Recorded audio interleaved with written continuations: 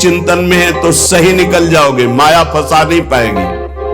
और अगर आपका भगवत चिंतन छूटा तो हर व्यक्ति, हर वस्तु, हर स्थान आसक्ति रूपी दोष पैदा करके आपको अपने अधीन कर लेगा।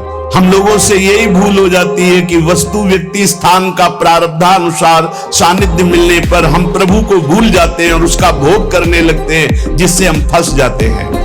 फिर हम प्रभु की मुस्कुराहट नहीं, फिर हम संसार की मुस्कुराहट देखना चाहते हैं। ये खुश रहे, ये प्रसन्न रहे, कभी दुष्ट प्रसन्न नहीं हो सकता। यदि सुखी होना चाहते हो तो भीतर और बाहर से असंग रहो। किसी को भी दुलार मत करो, ना अपनी इंद्रियों को, ना बाहर किसी को।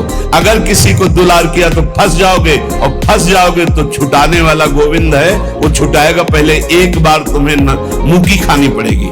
कि जो लोग रास के महामहिम स्वरूप को ना जान करके और बहुत सी स्त्रियों के साथ तुच्छ व्यवहार करते हैं। यदि कोई दूसरे की स्त्री से छल कपट करके, व्यवहार बना करके उसके साथ संभोग करता है तो उसे, और जो स्त्री अपने पति को धोखा देकर दूसरे पुरुष का, तो वो, और फिर इसके बाद जब उसका जन्म होगा, भयानक भयानक रोगों से पूरा जीवन पीड़ित रहेगा, जो दूसरी माताओं बहनों के साथ। कृपा शक्ति में इतना महान बल है कि जितनी भगवान की शक्तियां, वो सब कृपा शक्ति का अनुसरण करती है।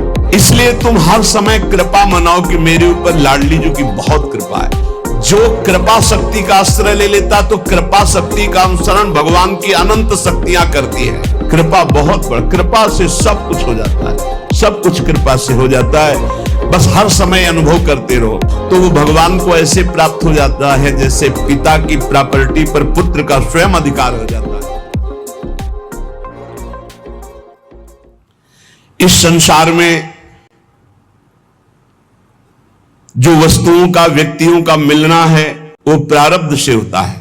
बाहरी व्यक्ति, बाहरी वस्तु, बाहरी स्थान का संयोग प्राप्त होने पर यदि हमारा चित्त हमारे इष्ट के चिंतन में है तो सही निकल जाओगे, माया फंसा नहीं पाएगी।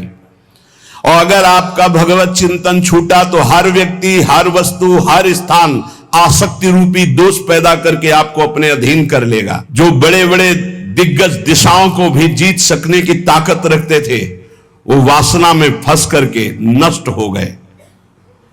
जो अपनी भुजाओं के बल से लोकपालों को भी भयभीत कर दे ऐसे सामर्थ्यशाली थे, वो इंद्रियों की गुलामी में नष्ट हो गए।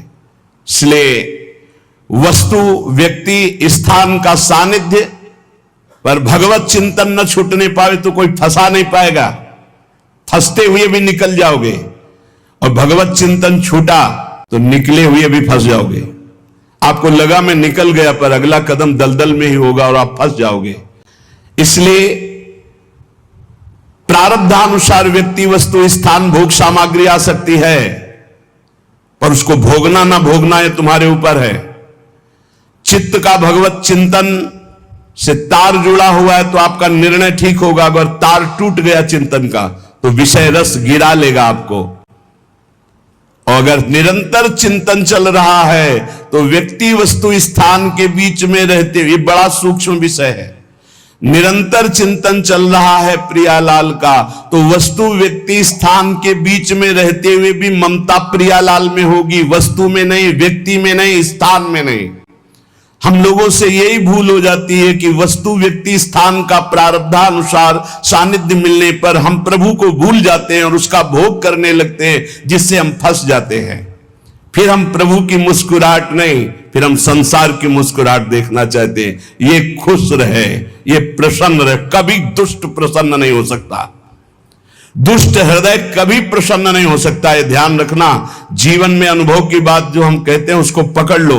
यदि सुखी होना चाहते हो तो भीतर और बाहर से असंग रहो। किसी को भी दुलार मत करो, ना अपनी इंद्रियों को, ना बाहर किसी को।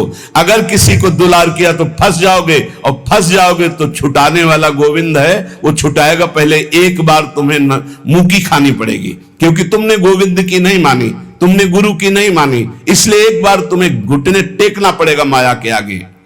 ये सबसे ज्यादा भक्ति में बाधा पहुंचाती, भक्ति में, ज्ञान में, किसी भी योग में गीता जी में भगवान ने कहा है, ज्ञानियों का नित्य बैरी है काम, कभी ना घाने वाला महापापात्मा, इसको मार डालो अर्जुन। कि जो लोग रास के महामहिम स्वरूप को ना जान करके और बहुत सी स्त्रियों के साथ तुच्छ व्यवहार करते हैं, इनको घोर नरक की प्राप्ति होती है।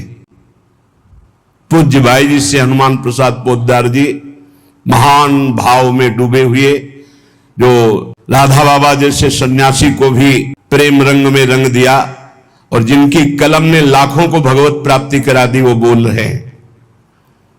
ये मैं सत्य कह रहा हूं, सारा संसार परमात्मा स्वरूप है, इसमें मुझे कोई